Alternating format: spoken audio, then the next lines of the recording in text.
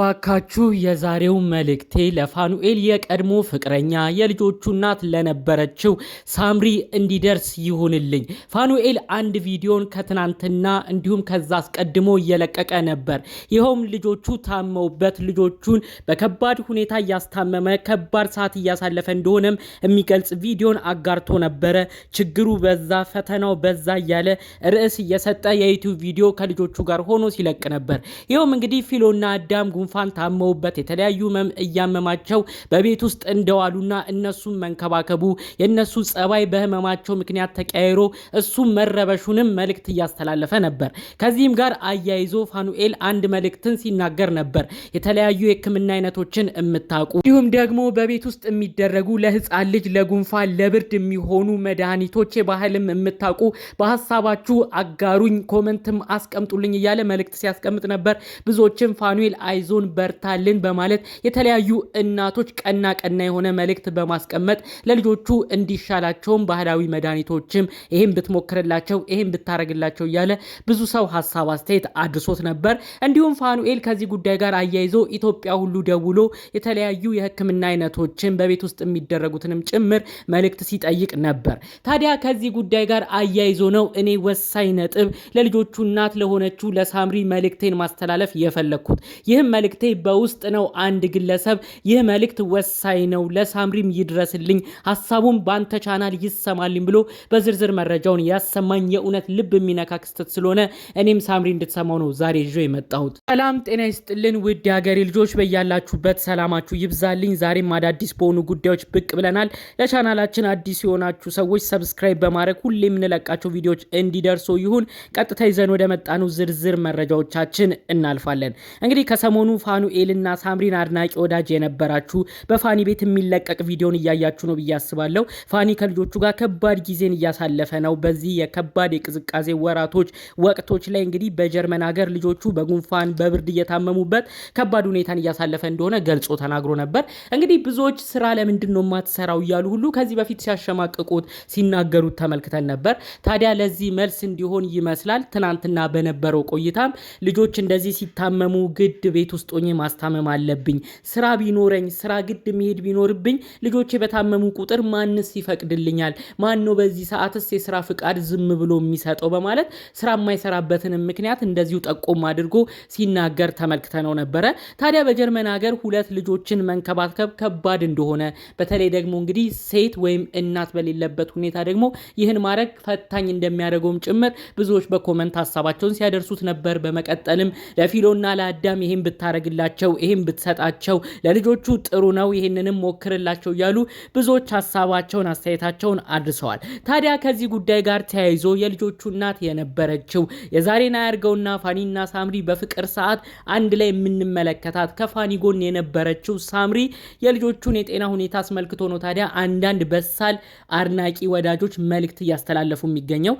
እንግዲህ የልጆቹ እናት የሆነችው ሳምሪ እንዴት ልቧ አስጨክኗት ጠፋች? ለምንድን ነው ልጆቹን መታ ማታስታምመው? ይህ ዕዳ የአባት ብቻ ሆነ ወይ? ሳምሪ ወደፊት ይቆጫታል፣ ከልጆቿ ጎንስ ለምን አልቆመችም? በማለት ብዙዎች ሐሳባቸውን እያነሱ ይገኛል። በተለይ ከሰሞኑ ፋኑኤል በሚለቀው ቪዲዮ አማካኝነት ማለት ነው። ታዲያ እንግዲህ ብዙዎችና ሐሳብ ያንሱ እንጂ ሳምሪ ከዚህ በፊት በነበራት ቃለ መጠይቆች ላይ ከእናቷ ከጂጂ ኪያም ጋር ሆነው አንድ የሰጡት መልስን ነበረ።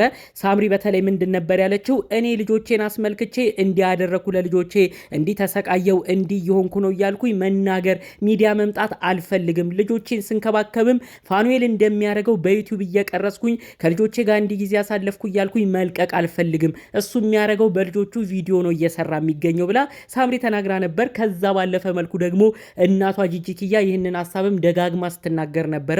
በልጆቹ የተለያዩ ቪዲዮዎች እየሰራ ነው በእነሱ የተለያዩ ሳንቲሞችን የሚሰበስበው እያለች ብዙ ነገር ስትናገር ነበር።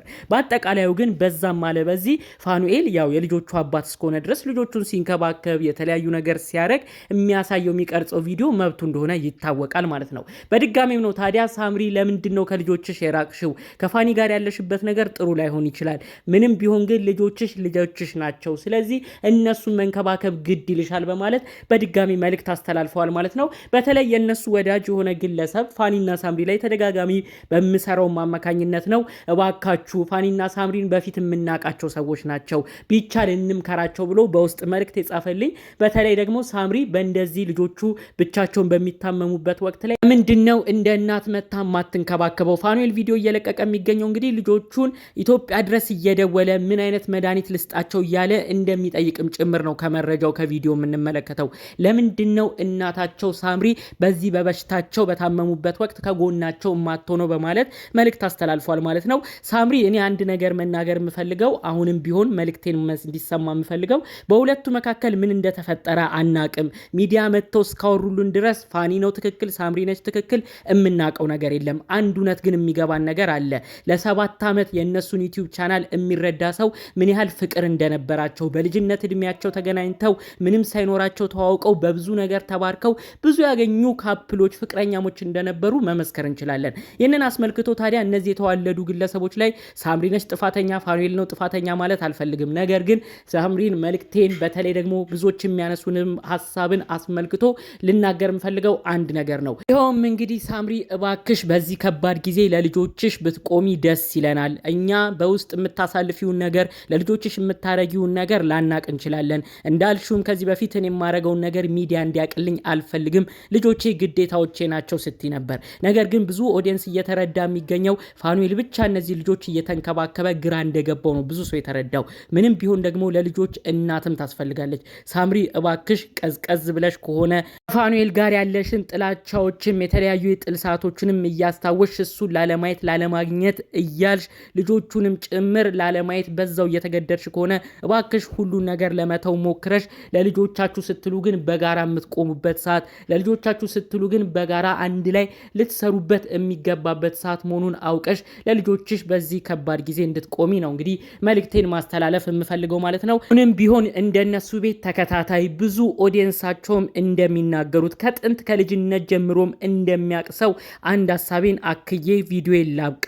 ፋኒና ሳምሪ ድሮ ነው የምናውቃችሁ። የእውነት በፍቅር ሰዓት በነበራችሁበት ጊዜ የማይቀናባችሁ የለም። በተለይ ደግሞ ብዙዎች የሚገረሙባችሁ የተለያዩ የቤተሰብ ጫና እያለፋችሁ እሱን እየተቋቋማችሁ ሁለታችሁም በአንድነት በጽናት ኖራችኋል።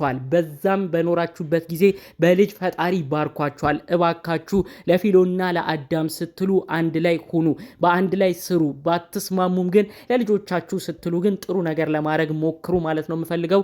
ሳምሪም ፋኒም መካከል የገባው ነገር ወደ እርቅ ተመልሶ እነዚህ ቤተሰቦች የሚስማሙበት ነገር እንዲመጣ የእውነት ከልብ ምኞቴ ነው። ይህ እንኳን ባይፈጠር ለልጆቻቸው ሲሉ በጋራ የሚሰሩበትን ነገር ተከባብረው የሚኖሩበትን ነገር እንዲያመጣላቸው የእውነት ከልብ በመመኘት የዛሬን ቪዲዮን መረጃዎችን እዚህ ላይ አበቃለሁኝ። በሌሎች ጉዳዮቻችን እስክንገናኝ ሰላሙን ሁሉ ተመኘሁላችሁ። ሰላም።